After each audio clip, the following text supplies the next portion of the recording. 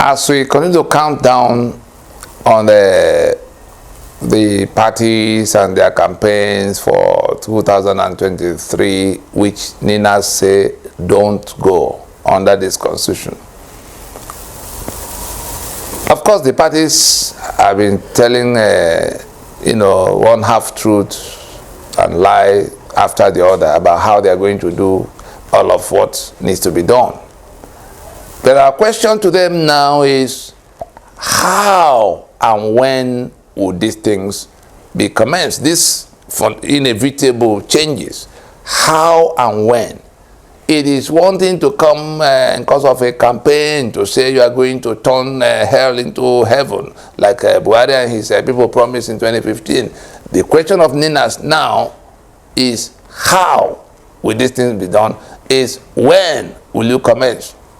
The changes that will have to happen, if anybody wants to know what needs to change, you go back to the preamble to that 1999 constitution that claimed falsely that we, the people who have submitted our lands and our sovereignties into a union that will be defined by the constitution which we hereby make.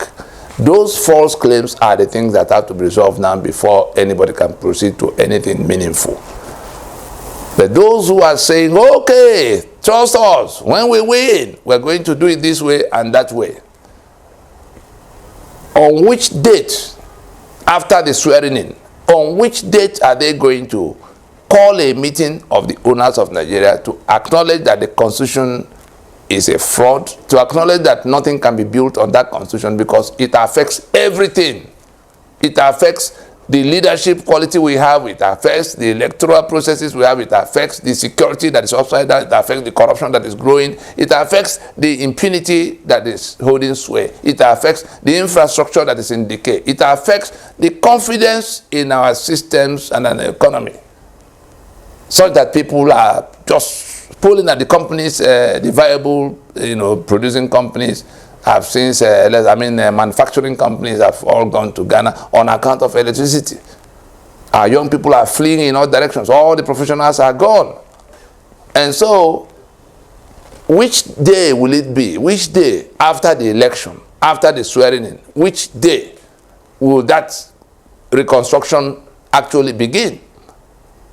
Because it is when we go down to what really has to change that we then begin to see the futility of hoping that that change will happen after we have, done election and sworn in people, because the 36-state structure will have to be revisited. The question of being in union will have to be revisited. It cannot be my forged signature that will sustain your stranglehold on me. I've pulled out that signature, and all kinds of things will follow. We have no union anymore if that constitution is the fraud it's been shown to be. It's as simple as that. So on which day will this new president that will emerge from this election now begin to commence the task of reconstruction, reconfiguration, commence the task of even renegotiation, call the owners that are fed up with Nigeria to a meeting of how to proceed, on which day? And what is the mechanism? What's the process? Compared with the time-bound, framework, detailed framework offered by the NINA's constitutional force majeure propositions that spells out in clear terms what the grievances are and therefore what the problems are to be solved. That puts a 5-point proposition for how exactly to go about solving it, and puts some indication of time of when. We say before we go to any other election, meaning that we have to suspend this current plan and go into transition immediately, like South Africa did in 1990 when it came to the determination that apartheid constitutional order could no longer carry the South African society any further. We're in that bus stop right now. The worse than apartheid 1999 unitary constitution of Nigeria, imposed by one side in brigandage, can no longer carry our society any further. It can only take us deeper into ruins. It can only expose us, more dangerously to a situation of implosion, with 200 million people that may be looking for refuge in no time. The UN came in 2019 to warn us about that, and it's coming closer. We saw what happened in Abuja the other time that Brigade of Gas came under fire. All of those things that could become Afghanistan in Abuja. Is it election that will solve this problem, or the acknowledgement of that problem to stop and solve the problem before the destruction we are suffering now, the destruction of everybody, is coming from the fact that election is there, whereas we warned our people, we told everybody that the enemy that is upon us, that has its own agenda, except if anybody is still, how will I even describe what it will be, to still be arguing about a Fulani agenda. There's a Fulani conquest agenda that is autonomous, is coming like a monster from all sides. It is encircling us. That Fulani agenda is not slowing down because we are being distracted by the journey to election. Our best chance for extricating ourselves from this danger is to recover our consciousness, to recover our alertness by shutting down the distraction called the election, because election is just that distraction, to renew the life of that constitution on behalf of the caliphate that wants to keep that union of master and servant. And so that Fulani agenda that has been the reason for the ethnic cleansing we see, that has been the reason for the killings we see, that have been the reason for all of the attempts to overrun that we see, it's not slowing down, it's not going to stop, because we are stupid enough to be going to aid them to preserve that constitution at a time we should have been pulling back. By now that constitution will have collapsed, and the legitimacy of the presence of those who are on our soil, coming from Burkina Faso, coming from Mauritania, coming from wherever, Senegal, and all across the Sahel, Fulani.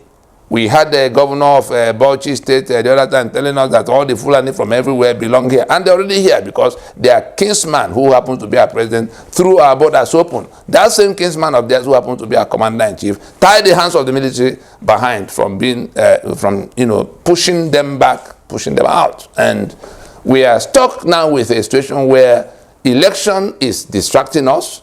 This monster is coming upon us, and we are under a spell. We are under a thick spell. If anybody thinks it's an exaggeration, then let us be reminded that as they were investigating how the $2 billion allegedly shared out by Dasuki as NSA, 4 billion naira went to Bafarawa, the former governor of Sokoto State. What was 4 billion naira for Marabouts meant to achieve? If anybody does not realize that there is a spell, huge spell, cast on this population of over 150 million people, let's leave out the other ones who have gone the way of Sharia in the other side. There is a spell holding onto those who have education, but who cannot reason properly, think things through. We now all understand, we now realize that this constitution is the main problem, is the source of all the other problems, including the killings, including the corruption, including the bad leadership, including the impunity, including the infrastructure decay, everything that has gone wrong with Nigeria.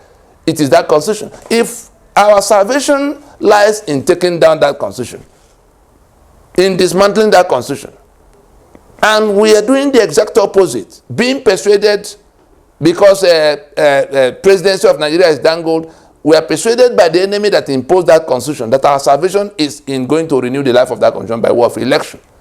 Can you see where the spell is? People with education, professors all over the world, coming from southern and middle belt of Nigeria. Can you dress back for a moment and think things through? Those who say, oh, Obi will do it. Can you step back a moment and realize that as you are planning to go to coronate Obi, the people who conduct the election, who have printed the PVCs, who have done the delineation of the polling units and the wards, who have done they are going to be in control of their BVA and everything that will be used to conduct the election. The chief returning officer is Fulani, and all of the things that will the army and the police and DSS that will accompany all kinds of people on the day in question. You will only be in your polling unit, in your ward at most. You won't be gathered in these large numbers that go to do a stadium rally. No, you will be in your limited location. The people who are conducting the election, they have a full view of the whole field. They know where they want to release materials to. They know what results they will process to come out of those areas. You may do all of what you may want to do. They will declare the result they have already meditated, pre-programmed. So why do we distract ourselves with a election that is supposed to be, we are supposed to be shutting down the journey to election in order to take down that constitution? Domino 2. That's what Nina says should be done. If you are on the side of getting to election, then you're under that spell. You're under that huge spell that is being maintained by blood every day, by serious shedding of blood. That's what's going on in Nigeria. But let us tell those who are casting that spell that there's a super power. There's an almighty power over and above all of what they may be able to enact in their spell. There's a power of God that will disintegrate all those stupid powers that are being thrown now to cast spell all over the place, so that people will continue in their foolishness of wanting to go to election at a time they should be shutting down the journey to election in repudiation and rejection of the constitution that enslaved them. Going to election is to renew the life of that constitution, renew the enslavement, renew the shackles that bind you. That's what we are going to do. And so, in specific terms, we are saying to you that the political parties have no intention to solve these problems. The escape route available to us, the rest of us who are, endangered by this constitution and the Fulani agenda. Some may be arguing that there's no Fulani agenda. That foolishness is likely to cost them their own lives, because those who know are already taking steps. If there's no Fulani agenda, explain to me what Ahmadu Bello was talking about in the week of independence in 1960, where he said that the new nation must be an estate of Nigeria, must be an estate of their great-grandfather, and that none of you should be allowed to rule over them or to have control over your future. Can't you see that there is an orchestration to keep you as servants in this master-servant union permanently? And you think you are, with all your education and exposure across the whole world, you think you know what they are doing, and the people who are not fit to, who you dismiss as illiterate and not able to think, are the ones actually prevailing. They are the ones actually governing you. They are the ones who have taken over your assets. They are the ones who have imposed a constitution that render you slaves in your spaces. And you have a plan that can upturn all of that and return your sovereignties to you. You can't seem to make up your mind because you are under a spell. That spell will be removed forcefully. Some of us who are not under that spell and who are able to contend with those driving all these negative agendas, because the power of God is available to us. We're going to do things that will remove that spell. But it may be at a time some of those who should have been saved will have become casualties of their own ignorance, of their own arrogance in that ignorance. You are ignorant, you are arrogant on top of it. You are dishonest in the middle of it. That's what's going on. Because what is the alternative? If the constitution is the problem that has to be solved, and we're not solving that problem, and we're rather going to election that will reinforce the problem, and we are the ones most injured by that problem, we are the ones enslaved by that problem, can't we see that something is amiss somewhere? A word should be enough for the wise. The political parties are not going to do jack the day after election concerning this issue. They are not going to do anything that will remove that constitution from being basis of Nigeria. And if you are hoping that going to National Assembly is the way to go, because that's what some of them are saying, we'll devolve and then we'll go to National Assembly and solve this and solve that, the power to make constitution does not lie with National Assembly. Let us put things in sequence. What is the problem? What are the options of solution? Which one are we taking up? And when will it be executed? In that order. What are the problems? Constitution. What are the solutions? Winding it up. When will it be done? Before we go to election. Otherwise, we'll be reinforcing the problem. How? Go to the 5-point proposition of the NINAS for how we get into transition. By going into transition now, that is the how. By doing it now, that is the when. By accepting that that condition has to be removed, that is the what has to be done. Have we not simplified it enough?